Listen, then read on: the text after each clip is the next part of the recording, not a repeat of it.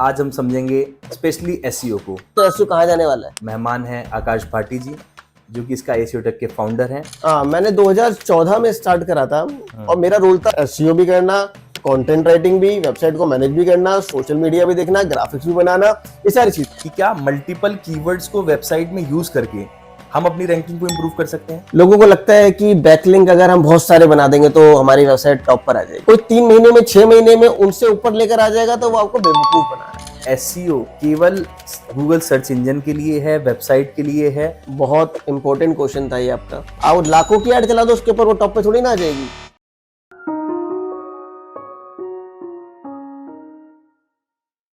Hello guys, welcome to Sky SEO Tech YouTube channel. आज हम बात करने जा रहे हैं डिजिटल मार्केटिंग फील्ड से रिलेटेड। आज हम समझेंगे डिजिटल मार्केटिंग की हर एक इंपॉर्टेंट एस्पेक्ट्स को, स्पेशली एसईओ को। हमारे साथ आज के हमारे मेहमान हैं आकाश भाटी जी, जो कि इसका एसईओ टेक के फाउंडर हैं। आकाश जी, आप प्लीज़ हमें अपनी जर्नी के बारे में बताएं। कैसे आपने डिजिटल मार्केटिंग फील्ड को चूज़ किया और कैसे आप यहाँ तक पहुँचे, और उसके साथ साथ डिजिटल मार्केटिंग फील्ड के अंदर एसईओ का बहुत एक इंपॉर्टेंट रोल है। तो उसके बारे में आप एसईओ को डिफाइन करें, किस तरह से SEO client point of view से भी और एक digital marketer point of view से भी बहुत इंपॉर्टेंट है। बिल्कुल सही कहा आपने। बेसिकली एसईओ हमारे देश के अंदर ना एक ऐसा टर्म है जिसको लोग जानते भी हैं लेकिन मानना नहीं चाहते। लोगों को लगता है कि जब हम एसईओ के अंदर इन्वेस्ट कर रहे होते हैं तो उनको लगता है कि मेरा पैसा जाने वाला है और रिजल्ट नहीं आने वाला है। तो ये सारे जो मिथ है ना, ये सारे के सारे हुए हैं जो लोग काम नहीं जानते हैं बेसिकली, लेकिन छोटे छोटे प्रोजेक्ट उठा लेते हैं फिर डिलीवर नहीं कर पाते हैं क्योंकि उनके अंदर बेसिकली स्किल्स की कमी होती है। जिस वजह से जब रिजल्ट नहीं आता है तो क्लाइंट भड़कना स्टार्ट हो जाते हैं। क्लाइंटों को रिजल्ट जब नहीं मिलता तो उनके पेशेंस लेवल चले जाते हैं और फिर ऐसा होता है कि डिजिटल मार्केटिंग एजेंसी जो है वो फिर बेसिकली नेगेटिविटी की तरफ ज्यादा लोग उसको देखने लगते हैं। पहले मैं बात करता हूँ कि मैं अपने बारे में बताता हूँ। मैंने 2014 में स्टार्ट करा था एसईओ। बेसिकली मैंने सोचा भी नहीं था कि मैं एसईओ के अंदर आने वाला हूँ। मैंने कुछ कोर्स करा था सॉफ्टवेयर इंजीनियरिंग के लिए, तो मैंने सोचा कि एक साथ एक कोर्स कर लेता हूँ एसईओ का, ताकि मेरे को आगे फ्यूचर में अगर ऐसी कोई चीज जरूरत पड़ती है तो कम से कम मेरे पास कुछ और ज्यादा स्किल्स हो जाएंगी। पर जब मैंने उसका पढ़ना स्टार्ट करा तो मेरे को अच्छा लगने लगा और फिर मैंने जब जॉब स्टार्ट करी तो मेरे को पहली जॉब ही एसईओ की मिल गई। तो शायद हो सकता है ऐसा लिखा हुआ था कि मेरे को इसी में कुछ आगे करना है। तो जब मेरे को पहली जॉब उसकी मिली तब मेरे पास कोई टीम नहीं थी। तो वो बेसिकली एक ट्रैवल कंपनी थी, तो मेरे पास कोई टीम नहीं थी। उसमें मेरे को अकेले ही इंडिविजुअली मैंने स्टार्ट करा। तो बेसिकली मेरा एसईओ एग्जीक्यूटिव की मेरी जॉब थी। तो मैं ट्रैवल एजेंसी में था, तो उन्होंने मेरे को लगा मेरे को वहाँ पे एसईओ करना है। जब वहां पता लगा तो एक्चुअली यही मेरे को सबसे पहले मेरी पहली जॉब में मेरे को पता लगा कि इतनी बड़ी कंपनी है और उनको कोई नॉलेज ही नहीं है। वहां जब मैं गया अपने एसईओ एग्जीक्यूटिव की जॉब के लिए और मेरा रोल था वेबसाइट मैनेज भी करना, एसईओ भी करना, कंटेंट राइटिंग भी, वेबसाइट को मैनेज भी करना, सोशल मीडिया भी देखना, ग्राफिक्स भी बनाना, ये सारी चीज। मतलब आप ओवरऑल डिजिटल मार्केटिंग मैनेज कर रहे हैं? हाँ बिल्कुल ऐसा, क्योंकि उनको लगा कि ये जो लड़का है वो सब कर लेगा। हाँ, तो ऐसा सीन था। तो पर क्योंकि अब मेरी पहली जॉब थी तो अब ये तो नहीं कर सकता ना कि सर मेरे को आता नहीं है, और अगर मैं उनको बोलता है कि इन सब चीजों की जरूरत है तो उनको लगता है इतना पैसा कौन लगाएगा, फिर खत्म कर। पर मैंने क्या करा है कि फिर मैंने यूट्यूब से चीजें देख कर, चीजों को समझ कर मैंने फोटोशॉप सीखा, मैंने सोशल मीडिया के मैंने सीखा कि किस तरीके से उसको बूस्ट करा जाता है। तो मैंने वो सारी चीजें मैंने सीखी। एड्स के ऊपर फोकस करा, उनको मैंने लीड्स निकाल के देनी स्टार्ट करी, एसईओ के ऊपर फोकस करा। तो धीरे धीरे मैंने वहां पे जब 1 साल काम कर लिया तो वो कंपनी बेसिकली मैं उनको रिजल्ट देता चला गया, लेकिन कंपनी को लगा कि इतने में ही सब कुछ ये कर लेगा कि लड़का, लेकिन मेरे को पता था इसको बहुत ज्यादा स्केल पे लेके जाना तो मेरे को टीम की नीड पड़ेगी। तब मैंने स्विच करने का सोचा जी। तब मैंने किसी और कंपनी के अंदर जॉब करी, वहां पर मैं असिस्टेंट मैनेजर था। मैंने वहां पर काम करा, फिर तीसरी कंपनी में काम करा। ऐसे मेरे को लगभग फिर मैंने धीरे धीरे टीम के साथ काम करना स्टार्ट करा। और मेरे को ये लगा कि जो भी बच्चे काम करते थे साथ में उनको स्किल्स की ना बहुत जरूरत थी, क्योंकि वो कोर्स करके तो आ जाते थे लेकिन वो उस तरीके से उसको 2 चीजें होती हैं। एक तो क्लाइंट को नॉलेज नहीं होती है, दूसरा जो इंडिविजुअल जो अपने इन हाउस जो कंपनी में रख लेते हैं लोग जी, उनके ओनर्स को भी नॉलेज नहीं होती बिल्कुल। और उस वजह से क्या होता है, अगर मेरे को रशियन नहीं आती और तुम रशियन की टीचर हो और मेरे को बोलो कि सर इसका मतलब होता है आकाश, तो मैं तो मान लूंगा जी, क्योंकि मुझे आता ही नहीं, क्लाइंट को नॉलेज ही नहीं है उस चीज की। क्लाइंट को नॉलेज ही नहीं है। तो इस वजह से आप जब भी कोई इन हाउस टीम रखता है तो सबसे पहले आपको भी खुद को नॉलेज होनी चाहिए। बिल्कुल ट्रू। आपको खुद को नॉलेज होनी चाहिए। अगर आपको नॉलेज नहीं है तो सीधी सी बात है कि अगर आपको रिजल्ट नहीं आएगा तो आप एक तो क्या होगा, आप डिमोटिवेट हो जाओगे, और डिमोटिवेट जब होगे तो आपको लगेगा कि इन चीजों में तो रिजल्ट आ ही नहीं रहा, तो मेरा पैसा बर्बाद हो रहा है। जी। और आपका पैसा बर्बाद इसलिए हो रहा है क्योंकि आपको कुछ नहीं आता है, और आपने जो डिसीजन लिए वो डिसीजन लिए कि मेरे को कार ठीक करनी नहीं आती है, लेकिन मैंने एक गैराज खोल लिया है, अब मैंने वो बंदे बिठा लिए जिनको खुद को कार ठीक करनी नहीं आती है, और मेरी कार ठीक क्यों नहीं हो रही है। तो इन्हीं सब चीजों से जुड़े हुए कई क्वेश्चंस हैं जनरली जो आजकल बहुत कंफ्यूजन और मिथ पैदा करते हैं लोगों के बीच में, एक डिजिटल मार्केटर के लिए भी और बीइंग अ क्लाइंट भी। तो वो पहला क्वेश्चन ये है कि क्या एसईओ एक बार का प्रोसेस है कि किसी ने एक बार अपनी वेबसाइट में 1 महीने के लिए एसईओ करा लिया तो उसकी वेबसाइट परमानेंटली गूगल पर रैंक करेगी? अच्छा, अब मान के चलो आपका इंटीरियर डिजाइनिंग का काम है जी, ठीक है, या किसी भी चीज का काम है, जी, तो आप पूरे भारत के अंदर या पूरी दिल्ली के अंदर अकेले काम करने वाले तो नहीं होगे। जी, आपके जैसे 100 लोग होंगे, 200 लोग हो सकते हैं, डिपेंड कर सकता है कि आपका कंपटीशन कितना ज्यादा हाई है। जी, आपने एक बार एसईओ कराया और किसी तरीके से कोई बहुत स्किल का लोग आपको मिल भी गए, कोई एजेंसी मिल गई या कुछ मिल गया और आपको टॉप पे ले भी आया, और आपने सोचा कि चलो टॉप पे ले आया, अब एसईओ बंद कराते हैं और अपना काम अलग करते हैं। अब आप ये मानो कि आपके जो कॉम्पिटिटर्स हैं तो वो तो काम करा ही रहे हैं, वो तो रेगुलरली काम कराते रहे। वो रेगुलरली काम करा रहे हैं, जी, और जब वो रेगुलरली काम करा रहे हैं तो डेफिनेटली उनका काम धीरे धीरे आपसे ऊपर जाएगा, और आपसे जो बेटर रिजल्ट दे पा रहा है वो आपसे ऊपर आएगा, और आप धीरे धीरे धीरे नीचे चले जाओगे। तो एसईओ एक अपने आप में एक ऐसा पैटर्न है, बेसिकली आपने कुछ लोगों को कह सकते हैं कि डिजिटली आपने काम पे रखा हुआ है, और वो आपके ऑनलाइन जो शॉप है उसके लिए काम कर रहे हैं, लगातार मार्केटिंग कर रहे हैं, लगातार आपके जो पैम्पलेट्स होते हैं, जैसे आप ऑफलाइन के अंदर कहते हैं, इसी तरीके से वो ऑनलाइन की दुनिया में उनको लगातार आपकी मार्केटिंग को बेसिकली कह सकते हैं कि आपके प्रचार कर रहे हैं ऑनलाइन। और जब वो लगातार चलता हुआ आता है तभी आप सस्टेन रह पाते हैं, टॉप पर रह पाते हैं, अदरवाइज आपके जो कॉम्पिटिटर है वो उतनी मेहनत करके आपसे आगे निकल जाएंगे। जी, बिल्कुल सही कहा आपने। तो जैसे आपका पॉडकास्ट स्टार्ट करने से पहले हम रिसर्च कर रहे थे, तो कई कैंडिडेट्स की जो अभी डिजिटल मार्केटिंग सीख रहे हैं, जो या इंटर्न हैं, जो या ऑलरेडी जॉब कर रहे हैं, तो कई लोगों के ऐसे क्वेश्चंस हैं कि क्या मल्टीपल कीवर्ड्स को वेबसाइट में यूज करके हम अपनी रैंकिंग को इम्प्रूव कर सकते हैं? देखो, ये ना एक मिथ है, और मिथ नहीं है, बेसिकली पहले ऐसा होता था, आज से 7-8 साल पहले, जब टेक्नोलॉजी इतनी अच्छी नहीं थी, गूगल इतना ज्यादा इंप्रूव नहीं था, तो पहले क्या होता था, ब्लैक हैट और ब्लैक हैट जैसी चीजों का इस्तेमाल किया जाता था। व्हाइट हैट होता है, ब्लैक हैट होता है, ग्रे हैट होता है। जी, तो मैं चाहूंगा इसको भी आप ब्रेक डाउन करके पूरा ब्रीफ करें एक पॉइंट को। तो देखो, ब्लैक हैट वो चीज होती है जिसमें हम ना इंटेंशनली किसी चीज को किसी और चीज को दिखाना चाहते हो। कोई आरओ सर्विस मैं करवाना चाहता हूँ, उसके लिए मैंने वेबसाइट बनाई है, और मैंने कुछ ऐसे कीवर्ड उसके अंदर पुट कर दिए जिसमें बहुत सारे लोग आके सर्च करते हैं। जैसे कि मैंने फैशन के ऊपर, किसी चीज के ऊपर भी, स्टाइल के ऊपर मैंने बहुत सारे कीवर्ड डाल दिए। तो पहले क्या होता था, जितने ज्यादा कीवर्ड होंगे उसके ऊपर, और गूगल को लगता था कि इसमें वो जो पर्टिकुलर कीवर्ड्स है इतने सारे, तो उसके हिसाब से उसे रैंक करा देता था। ये क्रॉलर को कंफ्यूज करता था बेसिकली। बहुत सारे बैकलिंक, आप बैकलिंक्स की जो बात करते हैं, वो हजारों बैकलिंक बना देते थे, ये सारी चीजें कर देते थे। तो इसकी वजह से क्या होता था, जो सच में जो इन्फॉर्मेटिव वेबसाइट्स होती हैं, जो कि अपने सही से काम कर रही है, सही इन्फॉर्मेशन देना चाह रही है, तो वो नहीं आ पाती थी रैंक पर, और उसकी जगह पे कुछ ऐसे लोग जो कि ब्लैक हैट तरीके से जबरदस्ती सर्च इंजन को कुछ और दिखाकर टॉप पे आ जाते थे, और लोगों को सही से इन्फॉर्मेशन नहीं मिलने के कारण गूगल ने धीरे धीरे अपने अंदर कुछ ऐसे अपडेट्स लेकर आया, जिसकी वजह से आज के टाइम पे अगर आप मल्टीपल कीवर्ड्स डालते हो तो वो काम नहीं करते, आपको पेनलाइज आप हो सकते हो, आपकी वेबसाइट को पेनल्टी मिल सकती है, और आपका जो भी अभी तक रिजल्ट आ रहा है, हो सकता है कि आप सर्च इंजन से भी हट जाओ। इस तरीके की पेनल्टीज आपको मिल सकती है, ज्यादा बैकलिंक बनाने पर, या स्पैमी काम करने पर, या फिर गलत इंफॉर्मेशन बेसिकली देने पर। तो जितना भी आप कंटेंट अपनी वेबसाइट पे डालने वाले हो, वो वेबसाइट का कंटेंट नेचुरल होना चाहिए, हैंड रिटन होना चाहिए, और जो भी आप 1000 वर्ड का नहीं, 2000 वर्ड का नहीं, डिपेंड कर सकता है वो कितने ही वर्ड का क्यों ना हो, ठीक है, वो बेसिकली आप आपके जो भी क्वेश्चंस है या जो भी आपका काम है उसको ठीक से ब्रीफ कर दे नेचुरली, और वो कीवर्ड नेचुरली ही उसके अंदर आ जाए।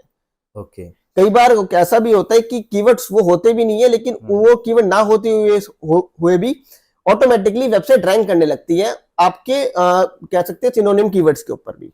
अच्छा, तो मेरा नेक्स्ट क्वेश्चन आपके ही दिए हुए आंसर में से था। आपने बैकलिंक्स की बात की, तो बैकलिंक की इंपॉर्टेंस कितनी होती है वेबसाइट के लिए किसी, और कितनी क्वांटिटी में एक वेबसाइट के लिए जनरली हमें बैकलिंक्स बनाने चाहिए? मैं बता देता हूँ उसके ऊपर। लोगों को लगता है कि बैकलिंक अगर हम बहुत सारे बना देंगे तो हमारी वेबसाइट टॉप पर आ जाएगी। जी। अब सपोज करो एक बहुत बड़ी कंपनी है जी। उस कंपनी के अंदर किसी को जॉब चाहिए। अब इस सड़क के ऊपर बहुत सारे, कोई टायर पंचर वाला होगा या कोई भी रिक्शे वाला होगा या कोई भी आएगा, वो बहुत सारे लोग आके कहेंगे कि सर ये स्किल वाला बंदा, इसको जॉब दे दो। आप उसे जॉब दोगे? नहीं। क्यों नहीं दोगे? क्योंकि मुझे कोई ऑथेंटिक पर्सन इस चीज को ब्रीफ नहीं कर रहा है या रेफरेंस नहीं दे रहा उस चीज के लिए। डेफिनेटली। और अगर कोई स्किल्ड पर्सन या किसी कंपनी के अंदर बहुत अच्छी पोस्ट पर है, वो अगर आके मेरे को कहेगा या फिर वो अपने ग्राफ मेरे को दिखाएगा, सारे चीज ढंग से ब्रीफ करेगा, उसका रिज्यूमे जिस चीज के लिए बेसिकली जो काम उसने बताया वो मैं ठीक से ब्रीफ कर पाएगा, तो मैं उसकी बात सुनूंगा या उन सब लोगों की बात सुनूंगा? डेफिनेटली, जिसके पास स्किल्स है उसकी बात तो यही एक बात है। अगर बैकलिंक्स आपके कम भी है, मतलब कि वो जो लोग जो आपको बेसिकली बताना चाह रहे हैं आपके बारे में कि ये कुछ ऐसा काम करता है, वो कम भी है और वो सही लोग हैं, वो लोग हैं जो कि आपकी बातों को ठीक ठहरा पाए बेसिकली। तो वो कम भी अगर बैकलिंक्स होंगे और गूगल को सही इंटेंशनली आपकी इंफॉर्मेशन को प्रोवाइड करवा पा रहे होंगे, तो वो ही काम करेंगे। और आप जितने भी स्पैमिंग लिंक को ले आओ, मेरे को अगर 10 लोग भी आके मेरे को बोलेंगे कि इस बंदे को जॉब पे रख लो, तो मैं नहीं रखूंगा, क्योंकि मेरे को उनको फर्क भी नहीं पड़ता वो क्या बोल रहे हैं, क्यों बोल रहे हैं। और अपडेट जो आप आजकल की जो अपडेट है, जो आज जो गूगल है वो इसी तरीके से काम करता है। अगर आपने लाखों बैकलिंक बना रखी है, उनमें से अगर 5 बैकलिंक काम किए हैं जो गूगल को लगता है कि ये सही इंफॉर्मेशन दे पा रहे हैं, तो उन बाकी के लाखों बैकलिंक्स को इग्नोर कर देगा और सिर्फ उन 5 ही वेबसाइट से जूस लेगा। तो इसका मतलब आप बिल्कुल ही जैसे रियल वर्ल्ड में चीजें होती हैं उसकी तरह बात कर रहे हैं। एसईओ यही होता है, रियल वर्ल्ड की तरह ही काम करता है। अब क्वांटिटी पे ना क्वालिटी पे काम करना चाहिए लोगों को। अगर आप क्वालिटी पे काम करोगे तो डेफिनेटली आपका रिजल्ट 100% आएगा और वो लंबे समय तक रहेगा। जैसा आजकल हम देख रहे हैं कि ई कॉमर्स इंडस्ट्री बहुत बूम कर रही है ऑनलाइन, तो ई कॉमर्स इंडस्ट्री के लिए एसईओ के पॉइंट ऑफ व्यू से आपको क्या सजेशंस है, जो लोग फैशन और ई कॉमर्स इंडस्ट्री में काम कर रहे हैं, काम करना चाहते हैं, उसके रिगार्डिंग? देखो, जब हम बात करते हैं किसी ई कॉमर्स बिजनेस की, तो ई कॉमर्स बिजनेस पे डिपेंड कर सकता है प्रोडक्ट क्या है जी। अब जैसे कि मान के चलो फैशन के ऊपर हम बात करते हैं, आजकल कपड़ों का बहुत अच्छा ट्रेंड चल रहा है, लोग बहुत सारी वेबसाइट्स बना रहे हैं, तो उस वाले केस में सोशल मीडिया ज्यादा अच्छी हेल्प करता है। सोशल मीडिया ज्यादा अच्छी हेल्प इसलिए करता है क्योंकि ऑब्वियसली हम सबके सब आजकल रील्स पे ज्यादा फोकस करते हैं जी। तो जितना अच्छा हम उस कपड़े को, उस प्रोडक्ट को, उसकी क्वालिटी को और एडिटिंग के थ्रू वीडियो में प्रेजेंट कर पाएंगे जी, जितने ज्यादा वो बेसिकली व्यूज लेकर आएगी, उतने ही ज्यादा लोगों को हम पे ट्रस्ट होगा और वो ज्यादा से ज्यादा लोग परचेज कर पाएंगे। और फिर उसमें सबसे बड़ा काम आ जाता है एडवर्टीजमेंट का भी। और एडवर्टीजमेंट अगर आपकी सही बेसिकली अगर एडवर्टीजमेंट आपकी सही तरीके से आपने करी हुई है, चाहे वो गूगल एड्स हो गई या सोशल मीडिया एड्स हो गई या फिर किसी भी तरीके की आपने अगर एडवर्टीजमेंट करी हुई है, अगर वो स्ट्रेटेजिकली ठीक है तो वो ब्रांड बनेगा ही बनेगा। और एसईओ डिपेंड कर सकता है कि आपके कॉम्पिटिटर क्या है, कितने ज्यादा उस पे बेसिकली कीवर्ड डिफिकल्टी कितनी है। सपोज करो कि आपका कोई क्लोथिंग का ब्रांड है, ठीक है, और जो आपके कॉम्पिटिटर है वो खुद ही बहुत बड़ी बड़ी वेबसाइट्स हैं, ठीक है, मैं कंपनी का नाम नहीं लूंगा, लेकिन कोई भी बड़ी बड़ी वेबसाइट्स होंगी, तो उनको जब हम बेसिकली उनके जब हमारे वो कंपटीशन होते हैं तो हमको उस लेवल का काम भी करना होता है। और अगर मैं कहूँ कि कोई 3 महीने में 6 महीने में उनसे ऊपर लेकर आ जाएगा तो वो आपको बेवकूफ बना रहे हैं। Definitely it's a long process, क्योंकि उन कंपनियों को बनने में भी समय लगा है जी। और जो कंपनी आज 2 साल में कुछ बनकर खड़ी हुई है, तो वो सिर्फ एसईओ के उस पे नहीं, एडवर्टीजमेंट का पार्ट और क्वालिटी का कपड़ों का पार्ट और बेसिकली किस तरीके की उन्होंने स्ट्रेटेजी अपनाई है, वो उस पर ज्यादा रिलाय करता है। तो मेरा नेक्स्ट क्वेश्चन है, जो जनरली मैंने कई बार कई डिजिटल मार्केटर से पूछने की कोशिश करी, लेकिन मुझे कोई इसका सही आंसर नहीं मिल पाया। एक बहुत बड़ा मिथ माना जाता है कि क्या एसईओ केवल गूगल सर्च इंजन के लिए है, वेबसाइट के लिए है, या फिर ये सोशल मीडिया और यूट्यूब के लिए भी इंप्लीमेंट होने वाली चीज है? बहुत इंपॉर्टेंट क्वेश्चन था ये आपका जी, कि लोगों को लगता है अगर एसईओ करवाना तो गूगल पे करवाना है। जी, क्योंकि गूगल के लिए होता है। तभी मैंने आपसे पूछा इस पहले बारे तुम में। समझते हैं एसईओ होता है क्या है। जी, उसका नाम है सर्च इंजन ऑप्टिमाइजेशन। जी, सर्च इंजन जी, जिसको हम ऑप्टिमाइज कर रहे हैं, चाहे वो माइक्रोसॉफ्ट का बिंग हो गया, चाहे गूगल हो गया, चाहे यूट्यूब के ऊपर जब हम कोई सर्च पे, जहाँ पे हम कोई वीडियो सर्च करते हैं, या इंस्टाग्राम पे जब हम कोई कंटेंट को सर्च करते हैं, या पिंटरेस्ट पे किसी भी चीज पे जब हम कुछ सर्च करते हैं, जी, तो उसको ऑप्टिमाइज करना, ये एसईओ होता है। जी, मतलब अगर आप गूगल के लिए कर रहे हैं तो गूगल पे वेबसाइट को ऊपर लाना चाह रहे होंगे, जी, यूट्यूब पे कर रहे हैं तो उस वीडियो के लिए करना चाह रहे होंगे जो अपने आप चाहते चैनल हो के लिए कि करना वो चाह उस कीवर्ड के ऊपर टॉप पर आए और ज्यादा से ज्यादा व्यूज लेकर आए। जी, पिंटरेस्ट पे आप अपनी जो फोटोज होंगी या जो भी आपका प्रोडक्ट होगा, ज्यादा से ज्यादा उसके ऊपर ट्रैफिक लेकर आना चाहते होंगे ताकि वो प्रोडक्ट के ऊपर ज्यादा से ट्रैफिक आए और आपकी सेल्स इंक्रीज हो। जी, इंस्टाग्राम पे भी ऐसा ही करना होता है। जी, तो बेसिकली सिर्फ गूगल के लिए नहीं, जहां पर भी आप सर्च इंजन को ऑप्टिमाइज करना चाहते हो, बेसिकली अपने आप कीवर्ड को ऑप्टिमाइज करना चाहते हो, तो वो वहां काम करता एक टर्म है HTTPS। क्या ये ई कॉमर्स वेबसाइट के लिए ही बहुत इंपॉर्टेंट है या ओवरऑल सारी वेबसाइट्स के लिए एक इंपॉर्टेंट रोल प्ले करता है? है। देखो, HTTPS बेसिकली क्या होता है, आपकी सिक्योरिटी के लिए होता है, जी, प्राइवेसी सिक्योरिटी के लिए। जी, तो सिर्फ ई कॉमर्स नहीं, चाहे वो ब्लॉग्स हो या नॉर्मल वेबसाइट हो, जी, HTTPS होना चाहिए हर वेबसाइट के अंदर, कंपलसरी है। आपकी वेबसाइट को हैक होने से भी बचाता है, किसी तरीके का safety point of view safety से। पॉइंट ऑफ व्यू से वो होना ही चाहिए। तो मेरा नेक्स्ट क्वेश्चन आपसे ये है कि कई बार लोग ऐसा कहते हैं कि जिन वेबसाइट्स पर रेगुलर गूगल एड्स चलती रहती हैं या आप अपनी वेबसाइट पर, क्लाइंट की वेबसाइट पर गूगल एड्स चलाते हैं, तो उन वेबसाइट्स को कंपैरेटिवली रैंक कराना ज्यादा इजी होता है रेदर देन जो वेबसाइट्स पर अभी गूगल एड्स नहीं चली है। ऐसा कुछ है क्या? मतलब वो कहना चाहते हो उसका एसईओ में रिजल्ट बहुत अच्छे तरीके से आता है जी, जो एड्स लाते जी, हैं। मेरा यही क्वेश्चन। ऐसा कुछ नहीं है। अच्छा। देखो, गूगल जानता है इस चीज को कि लोग किस तरीके से मैनिपुलेट करने वाले हैं। ओके, तो गूगल के जो एड्स का काम है वो उसकी अलग एल्गोरिदम है, और एसईओ का जो है उसकी वो अलग एल्गोरिदम है। आप अगर कंटेंट नहीं भी डालेंगे, कुछ नॉर्मल सी चीजें और उसके अंदर डाल के अगर एड चलेंगे चल जाएगी। अब एक वेबसाइट जो टॉप पे रैंक कर रही है, आप लाखों की एड चला दो उसके ऊपर, वो टॉप पे थोड़ी ना आ जाएगी। वो अपनी दम पर आई है, अपने रिव्यूज से आई है। तो बेसिकली ये बहुत बड़ा मिथ है, एक मिथ है, ये ऐसे काम करती ही नहीं है। अभी मैं कोई, अब मान के चलो कोई कंपनी है, रिलायंस है, वो इतनी बड़ी कंपनी है। जी, अब मेरे को जैसे फंड मिल गया यूएस से, मैं करोड़ों रुपए की एड चला देता हूँ, तो क्या मैं रिलायंस से बड़ा बन जाऊंगा? नहीं, बन भी सकता हूँ, डिपेंड कर सकता है कि वो कितना समय उसको लग गया, या किस तरीके से उसका एसईओ हुआ है, या किस तरीके से उसकी स्ट्रेटेजी फॉलो हुई है, लेकिन वो एड्स के साथ नहीं होने वाला। जी, सिर्फ एड्स से नहीं। मेरा नेक्स्ट क्वेश्चन आपसे ये है कि जो भी यूथ डिजिटल मार्केटिंग की तरफ जाना चाह रहा है, उसको आप एसईओ का रोल किस तरह से बता सकते हैं कि डिजिटल मार्केटिंग में एसईओ की क्या इंपॉर्टेंस है?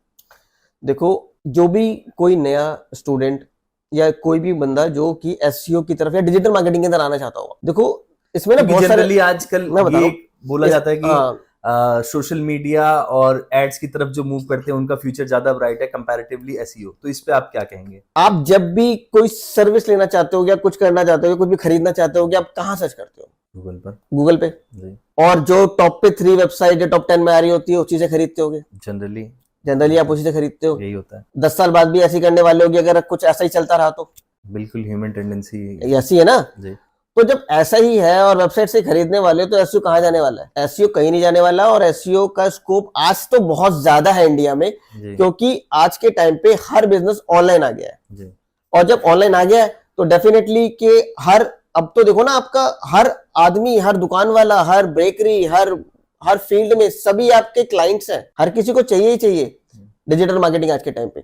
अगर नहीं कराएंगे तो मान के चलो कि कोई ऐसा बंदा है जो कि सालों से उसकी दुकान चलती हुई आ रही है और अच्छी खासी सेल्स कर रहा है। अब वो क्या जिंदगी भर वो सेल रख पाएगा?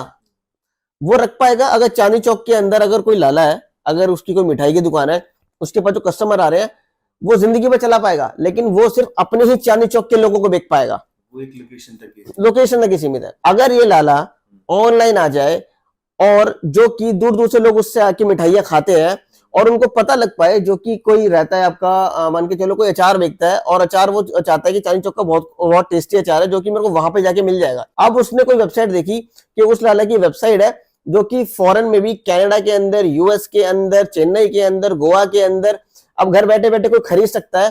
तो मान के चलो कि अगर उसकी लाख रुपए की पर डे की सेल अगर चांदनी चौक से थी, तो 10 लाख तो ये पर डे की सिर्फ ऑनलाइन बेच के कमा लेगा। तो ये फर्क होता है कि आप अपने बिजनेस को जब ऑनलाइन लेकर आते हो तो 100 टाइम तक, 1000 टाइम तक आपकी सेल इंक्रीज हो सकती है।